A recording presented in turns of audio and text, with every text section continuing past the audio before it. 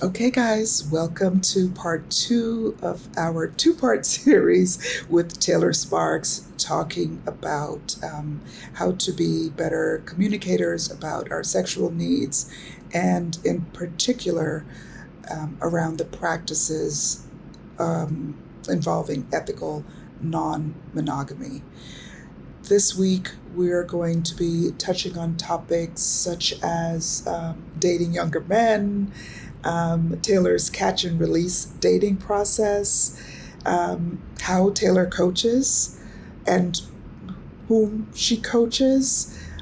We're going to be learning about radical honesty and privacy versus secrecy. All of these are helpful in understanding ourselves and then understanding our partners that much better. We hope you enjoy this episode. We do want to, again, make you aware that there will be language that shows that is consistent with the topic, and it's language that does not center our shame around the topic. We're letting go some of this weight that we carry around our sexuality. We're learning how to do this better. We're not experts, Leslie and I, but we are expert in our journey. Taylor has given us a discount code for you. If you use Boomer15, you get 15% off at Taylor's website, which is organicloven.com. That is ORGANICLOVEN. It's a Nancy.com. Boomer15 for 15% off products on her website. We hope you enjoyed this episode. Let us know what you think, and we'll talk to you next time. Bye-bye. Shame and feelings. I was saying to Angie, we were talking a few days ago about this recording, and I said, this is going to be weird for me, Angie, because I'm a prude. That's what I said. I'm a prude. I don't even know if that term is still... It's funny, we flipped because I was more reserved when I was younger, and Leslie was much more not at all out there. And it's kind of like we flipped now. I'm like challenging everything. And Leslie's Angie. But Leslie, you're only a prude because you've decided to be. Well, that's true. And is it coming from me, my behavior or my ideology? Is it coming from Leslie, or is it coming from external? That is something it's all of that. Yeah. It's all of it, but ultimately the decision is yours. Yeah. It's almost like that, like you said, at this seasoned age, at this grown age, and I've been this way, because people are like, well, when did you become open? I'm like, I've always been open. Yeah. I've always challenged. I haven't been like ethically non-monogamous, but I've always been open to discovering and figuring out. And one of my good friends, Parrish, Michelle Blair, I remember she did a workshop called, we did a live on Facebook, her seminar called God is in the Orgasms. I thought people's heads was going to spin. What are you can't say that? No, God made sex. Sex is good. What do you mean? Ange, that's something that you have been saying for years. God is in the orgasms. Because what do you say when you have an orgasm? Right. Oh God. Well, except for when they're with me, they say, "Oh goddess." Say it again. Oh goddess. Oh goddess. I think that this is the kind of conversation, this is the kind of inquiry that we should all be doing at some point in our lives in order to understand ourselves better. This isn't about the other person. It's not about the other, at least in my experience. It is coming from this place within me of why do I think this way, or this feels kind of right to me. Why is it wrong? Right? Mm-hmm. Why is it wrong if it feels right? Or this part of my body feels this way. Who says it's wrong to feel that way? So I've been shedding a lot of this, and it has allowed love in a very kind of uncommon way for me to come in. But it started with me. It didn't start with, oh, I want this other person Do you know what I mean? It came from, I know. who am I? This is what I actually said to my therapist a couple years ago. I said, who am I? I want to be her. That was my place of knowing that there was something that was creating some dissonance in me that I wanted to figure out, and I made the commitment to, right? And then that brought partnering the way that I wanted it. It became really clear to me, but it started with this investigation of who I am. Yeah. You know what I mean? And that's kind of what I'm hearing. When? Pardon? If not now, if not now, when? This is it. If not now, when? Tomorrow, it's not promised to us. And I see, some women, not all women, but some women who won't date, who are our age, who won't date younger men. Right. And first of all, I'm like, well, you ain't got to keep them. Right. But why are you not so I'm 65. I do have a cutoff. My cutoff is 40. Okay. Right. Okay. Yes. At the bottom. At the top, it's kind of like 50-ish. Okay. Because you found that that's about the age that. Well, because more so in America than I found here in Europe, but I find a lot of men and their 50s stop taking care of themselves. And I'm not going to be with a man who's not taking care. I take care of myself.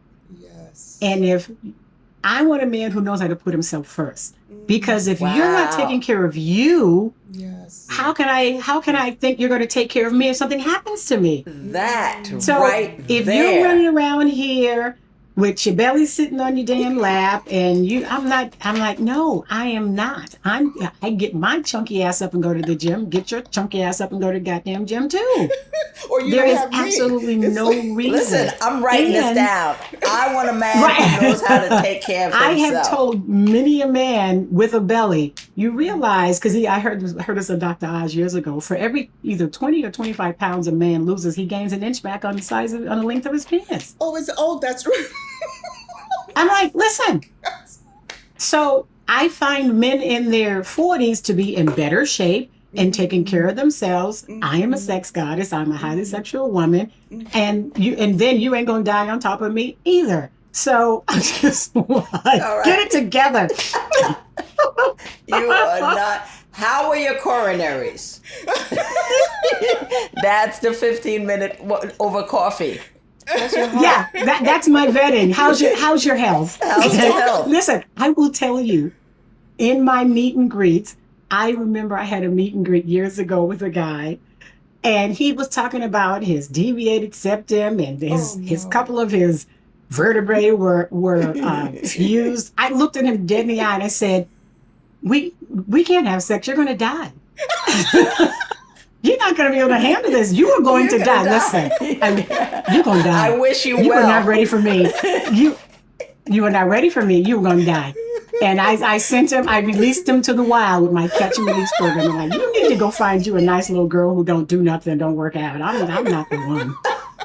Wait, so tell us about this dating thing that yes. you're doing now. So a lot of people keep going, don't go in there. I'm like, the apps are absolutely the best. Apps have worked for me. The apps are the best because 60% of the people on the apps are men. And it's a numbers game, right? So I have my little program called the Catch and Release program. So you match with a guy on the app. Yeah. You get your top 5 or 10 questions, answers like, who do you belong to? What are you looking for? Why are you here? Yeah, whatever's important to you. And if it's a good, then you meet for a coffee, not a date. And I know some people are like, I'm not getting dressed up for a coffee. Don't get that dressed up. Just put on some jeans and a t-shirt and a a little lipstick. That's all you need. Give yourself 30 minutes to an hour. Okay. Get the other questions that are important to you answered. What are you looking for? Ask again. Who do you belong to? If you and I are walking down the street holding hands, who's going to walk up and be like, that's my man?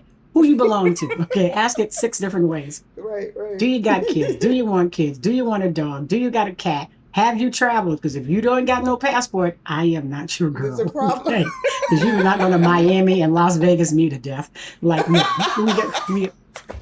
And you need a either God, clear or You TSA need to free have a pass. pass, Yes, you not have only to. a valid passport, like you can actually leave the country.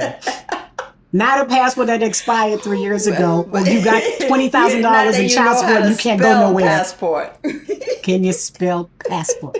Right? But And these then, are real. no, these are real. This is These are my real. questions. So, and then, the whole thing. So if it's a good connection and we're vibing and all that, that's the catch. Now we can set a proper date, right? Okay. And sometimes, Right. a few occasions, the meet and greet has gone right into a date and just started for an hour, and then we were together for 5 or 6 hours, and we had dinner, and it was good. Right.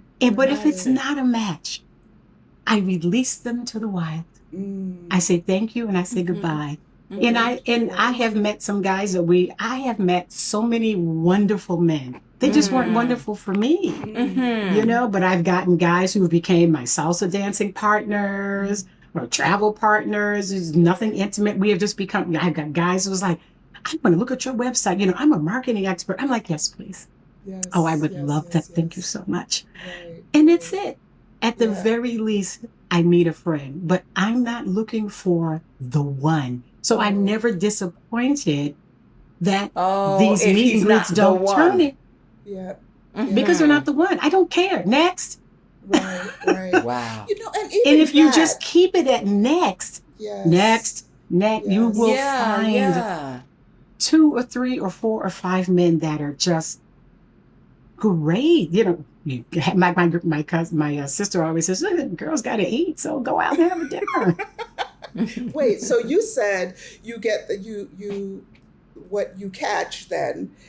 For you, it's several that for someone else who's looking for the one, they want to find all those things in a single person.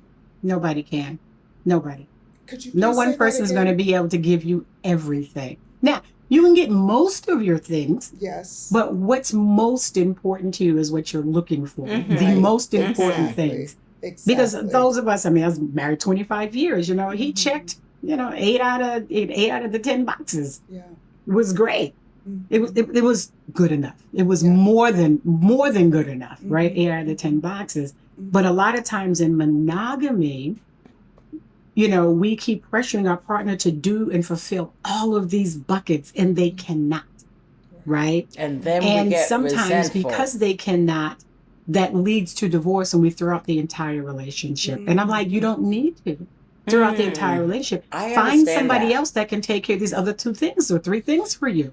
So what do you think there was about your husband? Because since you broached the topic to him, what do you think it was about him that, or not about necessarily him alone, but what he saw in you that made him okay with looking into this further with you versus I'm leaving. This Being a ain't deal working. breaker.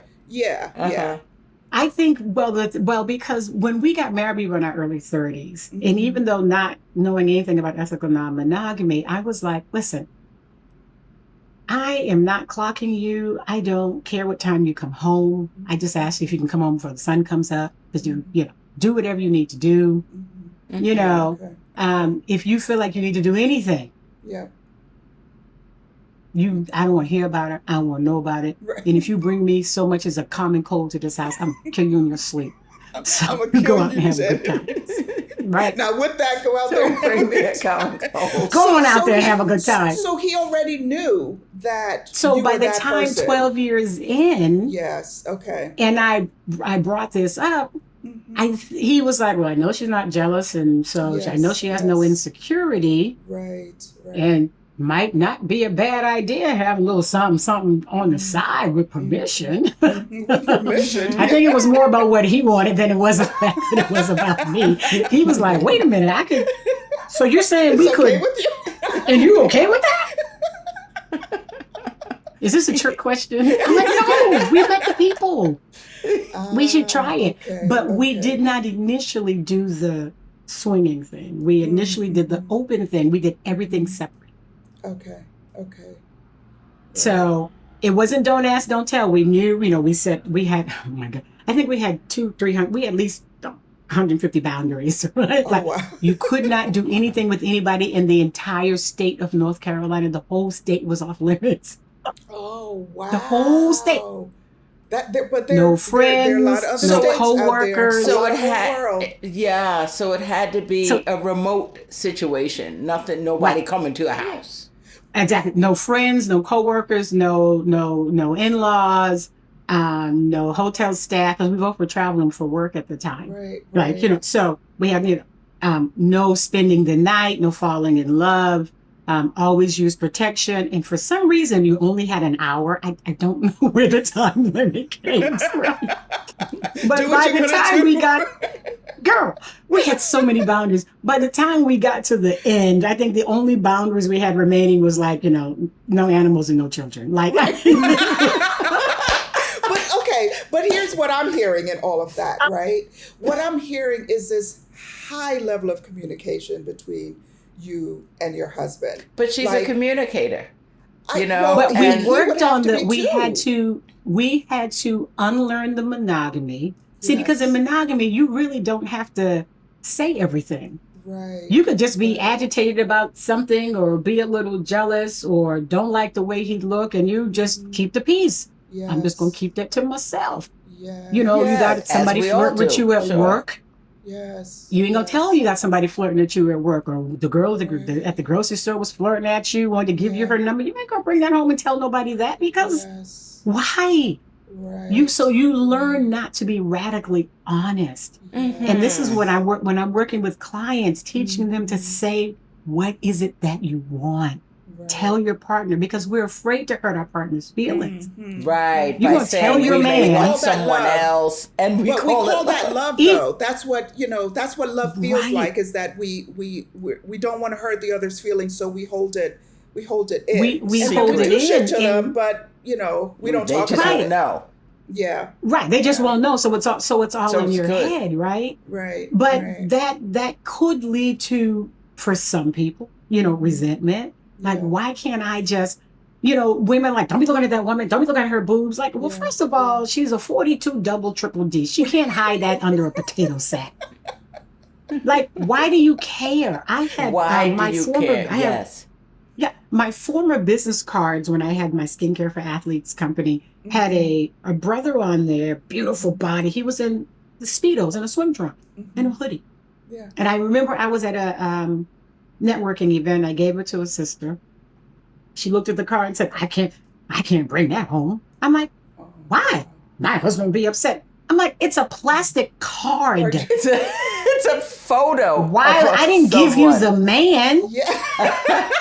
There's no scratch and sniff or anything. But we somehow think that this type of insecurity and jealousy means love, and that comes from the movies and the You are romantic speaking era. about Yeah. somebody I know. Yeah, and I'm like, Yeah. I gave my Yeah. husband one year for Christmas a framed art piece of a black woman. She was the picture was of her from the back, naked. Mhm, She mhm. just had a towel hanging like over the crack of her behind. And my daughter must have been 10. She said, Right. well, why did you give dad a picture of a naked woman, mommy? I said, well, one, your daddy likes naked women. Right. Good answer. And for two, it's in our beautiful bedroom. woman. It's a beautiful woman. And two, it's in our bedroom, and it's encouraging for him. Yes. Did you ever hear? Oh, wait, I gotta tell you this real quick. Oh my God. Years and years and years ago, there was a joke. These three elderly women went out shopping for pajamas, and you come out the dressing room, and the one comes out with this sheer negligee on. Her friends look at her and go, "Now, girl, you ain't, you too old to be wearing something like that." She put her hands on her hips, and she smiled. She said, "When you're the only naked woman in the room, it don't matter. That thing right there. That part. It don't right there. matter. We're so Yes. concerned about, my boobs. I'm Yeah, older now, yeah. and mine are racing to my knees. I don't know which one gonna get there first, the left or the right, the left or the right." It's like, when I'm the only naked woman in the room, what's it gonna be like? Yeah. I don't want that. Oh, this is the only pussy in the room. What? That's it. You get it in a negligee. But, you you get it in know- flannel. What do you think? I want to hear about your coaching sessions, because what I would love to know is we bring so much of ourselves to relationships, maladaptive thoughts and behaviors. And jealousy is huge. It's huge. I say that I've never been a jealous person. I've been with people who were jealous and insecure. I've never been that way. Maybe it was overconfidence. That's just not my ministry. So I've had other issues, obviously, but my fiance and I, we look at beautiful women and I say like, oh, isn't she beautiful? Look at her. Would you like to see me wear that? Or, you know what I mean? It's like he is not going home with her. He put the ring on my finger. It's encouraging to them because he's going home with you. And he's all thinking about her, like, think about her. Yeah.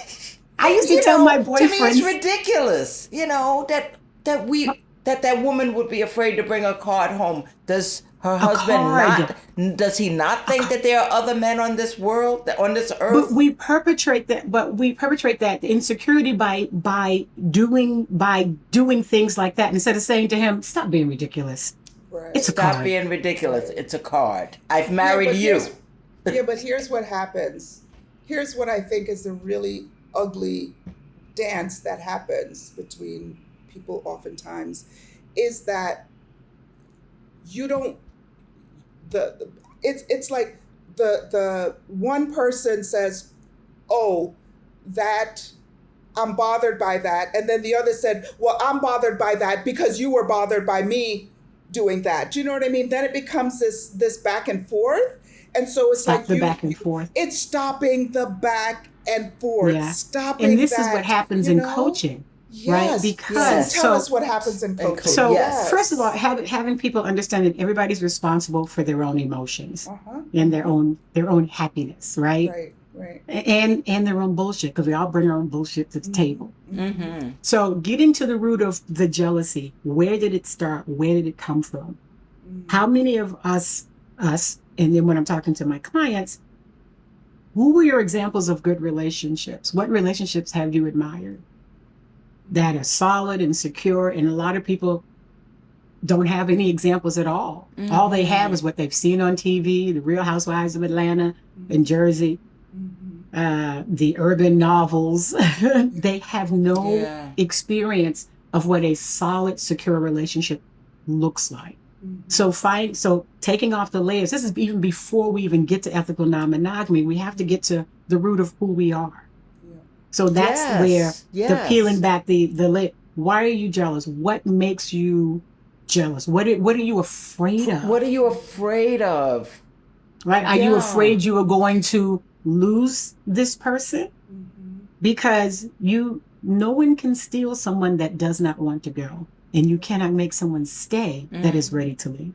Yes, make a because poster it's out of it's not a monogamy or non-monogamy thing. Because monogamous people meet people at work and at the bus stop and at the gym and leave their partner and go with somebody else all of the time. All the time. Because 54% of monogamous marriages end in divorce. No one says, "Oh my God, monogamy is horrible. I'm not doing that." No.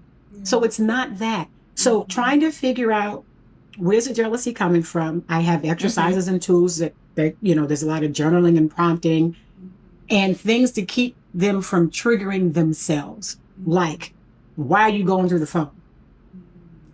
What are you looking for? Because when you look for shit, you find it. But then when you find it, now you're triggered. So why are you doing the things to trigger yourself? Secondly, emotional management. When you feel it rising up in yourself, you can stop it, right? Because when jealousy starts to rise up, the physiological thing that happens to the body is kind of the flight, freeze, flight, or fight. Fight or flight. Fight, flight, or freeze, excuse me. And you can feel it in the body. So now you have to come up with self-soothing techniques, maybe your own mantra. The simple one is, I can stand this. I can stand to know the fact that my partner is kissing another person. I can stand the fact to know that they might love another person. we share our partners all the time. We share them with children, and I have had, some parents clients where they're even jealous of, maybe they're the second wife. They're jealous of their, his first children, his first set of children, that's her very first set common. of children. Sure. Retroactive jealousy. I'm jealous of the former husband, jealous of the former wife, right? You're pulling shit out of the past. Like, stop it. Wow. And so there's a lot of, you can control yourself. Don't trigger yourself. And then for the partner of the jealous person, you have one or two things that happens. They're either the partner that jumps through the hoops. Okay, I'm going to stop doing that. I'm going to stop doing that. I'm going to stop doing that. So that just reinforces the jealousy. And it never works. Right? It doesn't work. And it never, so they just you keep jumping through the hoops like a trained poodle every time they get upset, as opposed to saying to them, I see you're upset. How can I support you in this? But I'm not going to stop doing X, Y, and Z because you can control this behavior. You are just choosing not to. Wow. Because if you, and I've told this to people, if you That's a mic drop right there. Yeah, you're choosing not to. If you cannot choose it, then I'm going to refer you to a psychologist because I stay in my lane. I don't do therapy. Right. I'm a coach.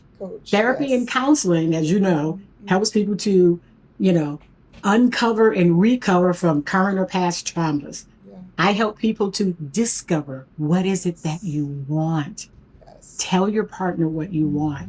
So the emotional management part is the biggest piece. Because you can't get from here to there, from non-monogamy to monogamy, if you were still dealing with issues like jealousy. You can't be radically honest. Yes. Right? You can't say to your partner, yes, the 6'5" guy with the tattoos, yes, I want him to bend me over the couch. I want to keep him. Just want to be bent over for a little while. I'm coming home to you in a little bit. Got 1 hour. Yeah, I had to get rid of the 1 hour because and like the spending the night, all of it went out the window at some point. Because at some point you start to realize why you're not going anywhere. Yeah. But you know what? No one like can about steal someone these, that doesn't want to go. What I love about the way that you and your husband approached it, though, is that you put everything that was in the way of moving forward. And then as you move forward, you open those things up. But you would never have started if you didn't have all of these rules that you could work to with feel it. safe. Do you know what I mean? You felt safe and heard. You do it to protect the relationship, and you soon realize there's nothing to protect. Yes. Because no one's going anywhere. No one's going to, like I said, we have heard or known men who've had a mistress for 20 years. Yes. Mistress got 2 families. You better leave your wife. He ain't leaving her. He's like, I love you, and I'm going to tell her. I don't care. Tell her I'm not going. I'm with you, and I'm with her too. Right. We've known or heard about women who've left their husband 9 months pregnant. The hell with them. It's I'm out. So much a part of the culture that I know. Yes. You cannot keep somebody that is ready to go. So the real challenge is dealing with the things you have going on in a relationship, learning to be radically honest, learning to control your emotions, learning to set and respect other people's boundaries. Like I said, going through the phone, what are you looking for? There's a difference between privacy and secrecy. So if your partner has a partner and you know they have a partner or they're going to see somebody else, but there's some things that they're doing together that really is none of your business. And that could be challenging. Okay, hold on. Yeah. There's a difference between privacy and secrecy. Unpack that a little bit for me, please. So we're all autonomous. We have the right to our privacy, like what's in your phone, maybe what's in your bank account. Secrecy is something that you keep from me that literally could damage or do something or has an impact on our relationship. Okay. Right? Okay. So there was a client years and years ago. He was married. Yes. And he had a girlfriend. Everybody knew they were polyamorous, right? So that was all fine. And then he had another girlfriend he had started dating. Everybody knew, and that was fine. Well, she got pregnant, the second girlfriend, and he didn't tell the wife or the girlfriend initially because he's like, that's our privacy. And by the time I got to them, this was all resolved because she ended up miscarrying. But I'm like, that was incorrect because her having the baby impacts your other relationships. Yes. Okay. So that is not It's a their private business thing. now. Okay. Yes. Okay. That's because so it's not like she got a puppy at the house. You can keep that private because that don't impact the. But if it impacts everybody else in the that you have a relationship with, Okay. then now you're you're holding withholding. secrets. Yes. If you have unprotected sex when the boundary is we all have protected sex, and you catch something and give something to somebody, see that Yeah. secret is impacting our relationship. Understood. So you Okay. have Got it. you have the right to your privacy. I don't Yeah. need to know what positions you all are doing, and I don't need to know how much money she makes. That's her privacy Right. because it doesn't Okay. impact our relationship. Okay. So helping people understand where to be radically honest, where to be, Yeah. to how to communicate authentically, right? And I'll give you an example of communicating authentically because there's honest communication, Yes. authentic communication. Okay. Yes. So at one point I had my husband and 3 boyfriends. Just need 3 new ones. Lovely. Okay, I'm back. And one of my boyfriends had a husband, excuse me. One of my boyfriends had a wife, married 18 years. I knew her, she knew me. Because first of all, I'm no one's secret. If we're dating and you have a partner, I need to meet this partner and she needs to know I exist. She has my number, I have her number. We may not be, because I'm not bisexual, so we may not be intimate, but we are metamors. Yeah. Metamor is a polyamorous word. Metamors? The metamor is the lover of my lover. My lover's Got it. partner is my Okay. metamor. Okay. Wow. Anyway, Okay. I like so that when one. we first started, they had been married too. 18 years when we first started dating. And by the time we started dating, I was already at the spending the night with my partner's point in my relationships. And we had been dating a few months. I said, hey, have you, I'd be great if we could spend the night out. He goes, I've never spent the night out. I'm like, you all been open your entire marriage, 18 years, and he's never came up. I'm like, well, at some point. So about 6 months in, there was a kink party coming up. And I said, talk to your wife, to my guy, my husband, and let's go to this party and let's get a hotel room and let's spend the night. He goes, I will go talk to her. He comes back the next day and he goes, she said yes.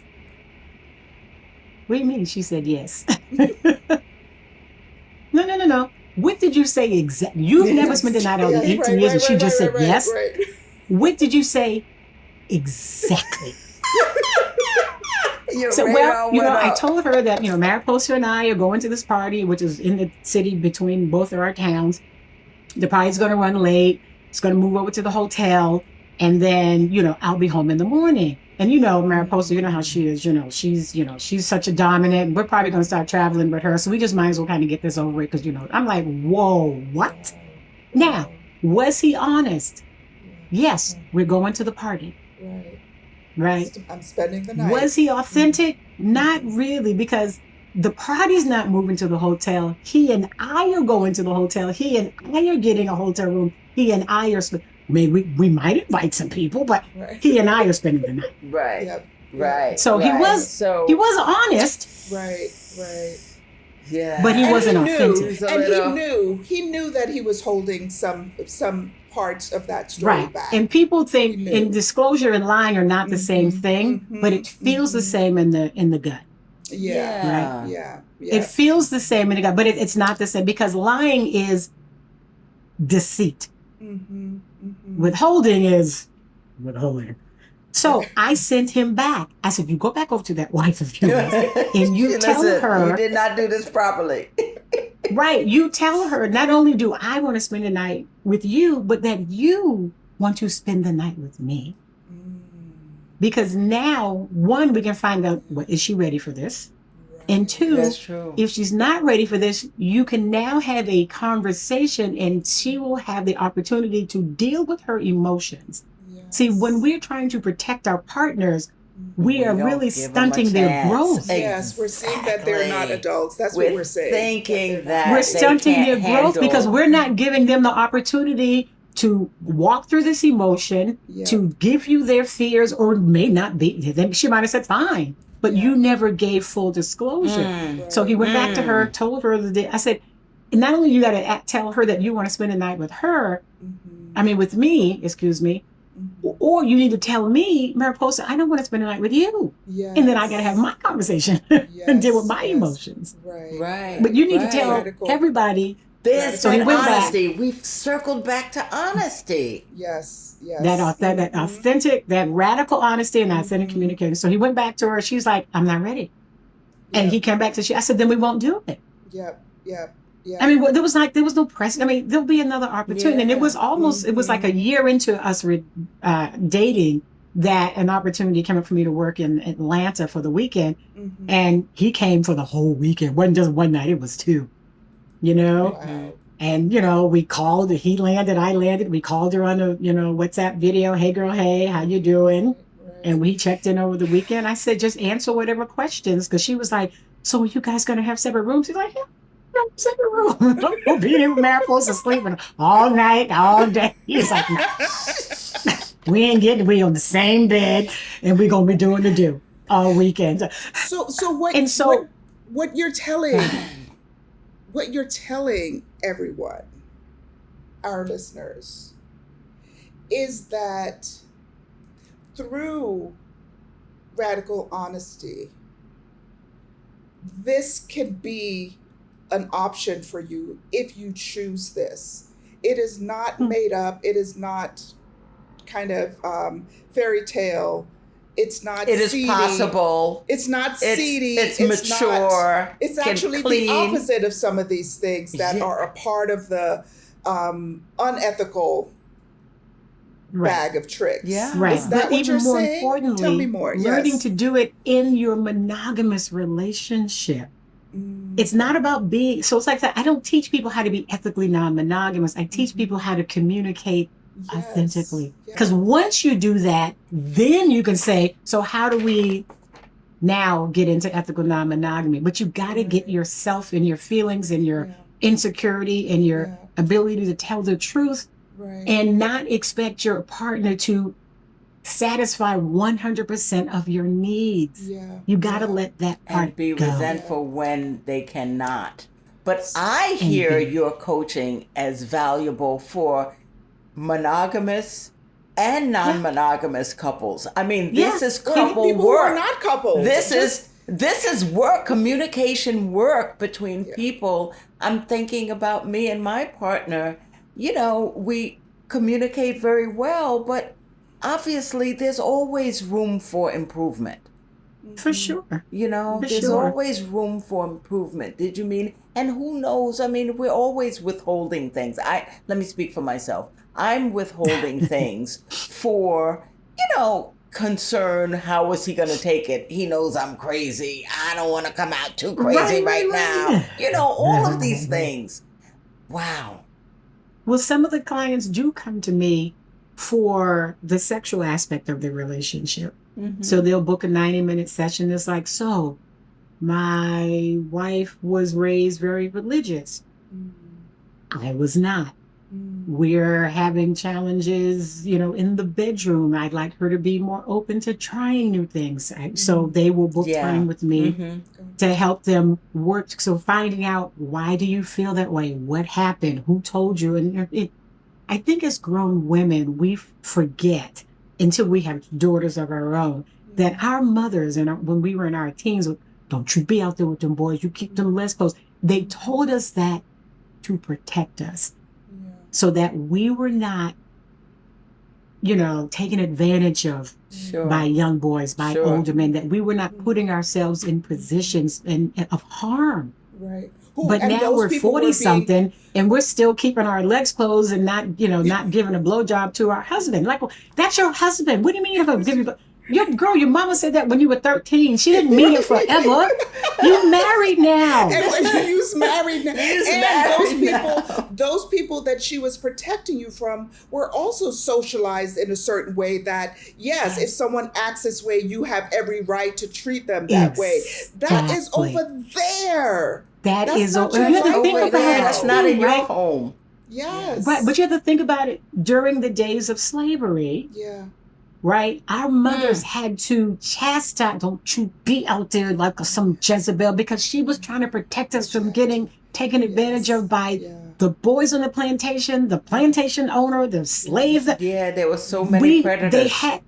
They had the predators. So that has been passed down epigenetically to our daughters to give us shame. Black people have never had and Black women especially, we've never had the sexual freedom of white women and white men. Oh, because we had not. to protect right. ourselves. It could get you sold, bought, impregnated. Sure. All of that. So we have to. So I was on Married to Medicine. That episode is, there was the couples to treat at the end of the season. And one of the questions I asked that crew was, how many of you here have ever asked your partner what kind of sex they enjoy?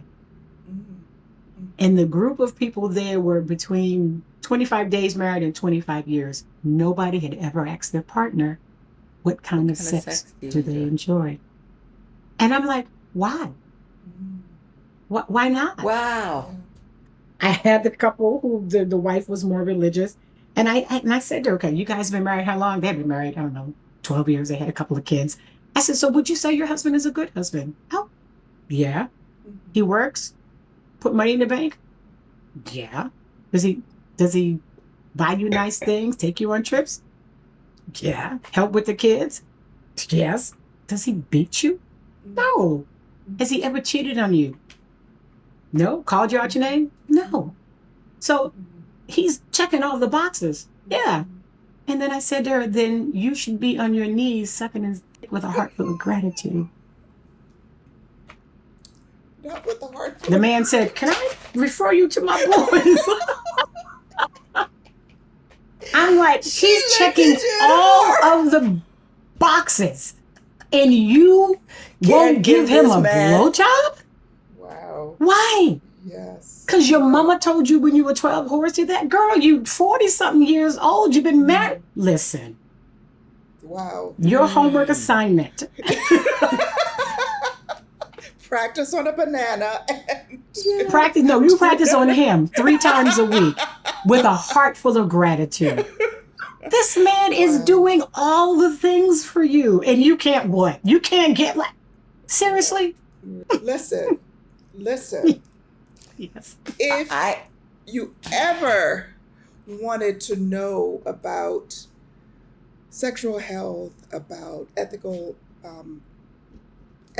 non-monogamy, E&M, you know who to reach out to. Okay, this is just a little drop in the bucket. Sex goddess of what the sex goddess has to teach us. And listen, it doesn't need to be all of this, right? Take a little bit. There's something that was said today that piqued you your might be interest. Curious about it or whatever. This is a time. This is a time to explore, to investigate, to put aside some of the stuff, as Taylor was saying. You brought your mama, your grandmother, your grandfather, your husband. Your father. Everybody's in the room with you. Come on now. Right. Get those people out of the room. Get them out. And focus on yourself and your pleasure. And, people, you can reach out to me and do a free 20-minute clarity call. Ooh. You just I just got a couple of questions. I just got one question. It's free. You can go to my organicloving.com site /coaching, and you could just go, I just got a couple of, I don't record the sessions. Nobody needs to know. Right, you could do a free clarity call. And then from there, we can decide, do you need, maybe some people just need, I do a 90 minutes breakthrough session. They just got 1 or 2 things they need to work through. And that's it.